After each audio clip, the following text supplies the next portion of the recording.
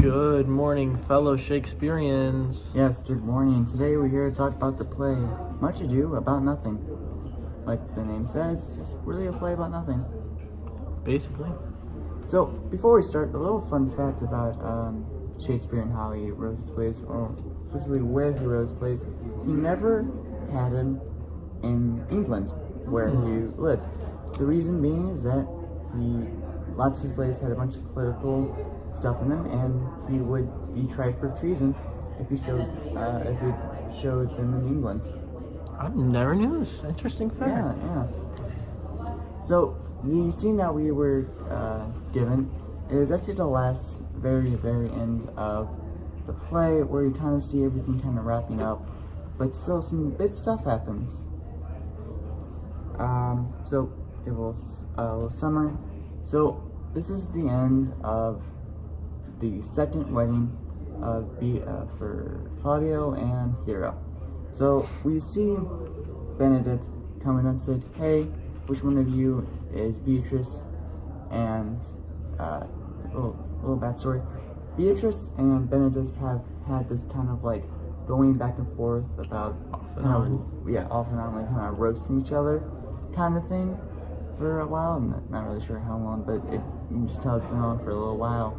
But just recently, in the past couple days, if that's how long I believe this play goes on for, it shows them trying to find new feelings for each other, even though the way they found out is through deception.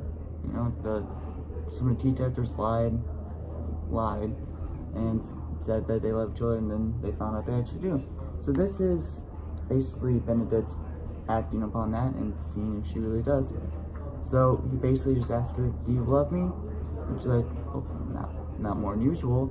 And they kind of go back and forth with this, asking the same question back and forth. And then here's where the section where they realized they were deceived. It says, here's the quote from Beatrice. "Why, then my cousin Margaret and Ursula are much deceived, for they swore you did." You know, it's her kind of realizing like, oh, yeah, they deceived us. And Benedict says earlier, "Why, then your uncle and the prince and Claudio have been deceived. They swore you did." So you can see them realizing kind of what happens. And then, seeing that stuff's going on, Hero and Claudio grab notes that they both had and gave them to each other. So, and then they read them and they realize like, oh, they do love each other, and la la la, you know. And then they just keep mumbling for a minute, and then big kiss happens. I know we were all excited for it when it happened. We saw it in class. Big smooch.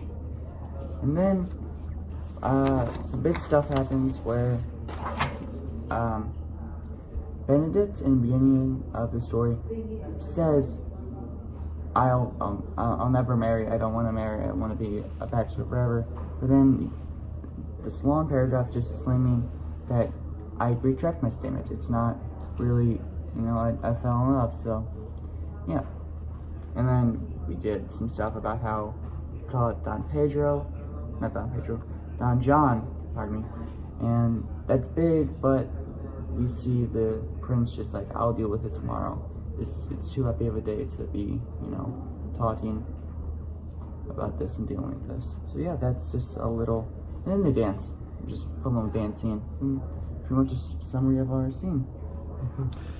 Some key characters of our scene clearly are Benedict and Beatrice. Those are the two main ones we got. We'll say Claudio and Hero as our two side, like two sub characters. So Benedict is a very headstrong man. He's all about himself. He's really cocky. He's like, "Ooh, I'm the best." Like, there's a reason why I want to be a bachelor and never get married, because I can just do that. So I'm a good-looking man. And Beatrice is, she's a stronger woman than most, I say mentally. She puts up a fight.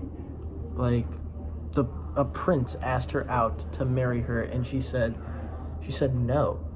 Now, I know if a princess asked me out, gone, I'm hers. There's clout there. But Beatrice really was challenging the times of the women's role then. Back then it was all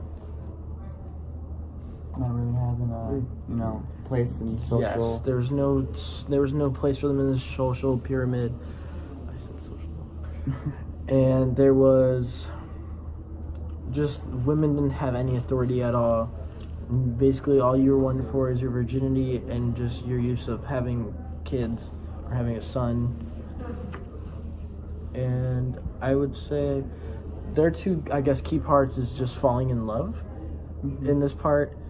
And then if we use Claudio and Hero's big part is both pulling out the letters and giving them to their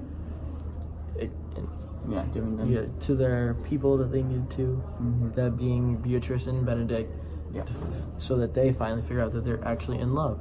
Yeah. And then we also see in the scene, or really throughout the entire play, that deception versus truth happens a lot. It happens when someone lies about something today. Maybe they lie that they said, no, I didn't steal that, or I didn't kill that person. No, I didn't. So they're deceiving, and it happens a lot back in the old days when this was written. So deception has always been around for as long as we have, or as long as we can remember. But also truth has been probably around a bit longer. Whenever people start asking questions, whenever things start kind of coming into light, we see that the truth will always eventually come out.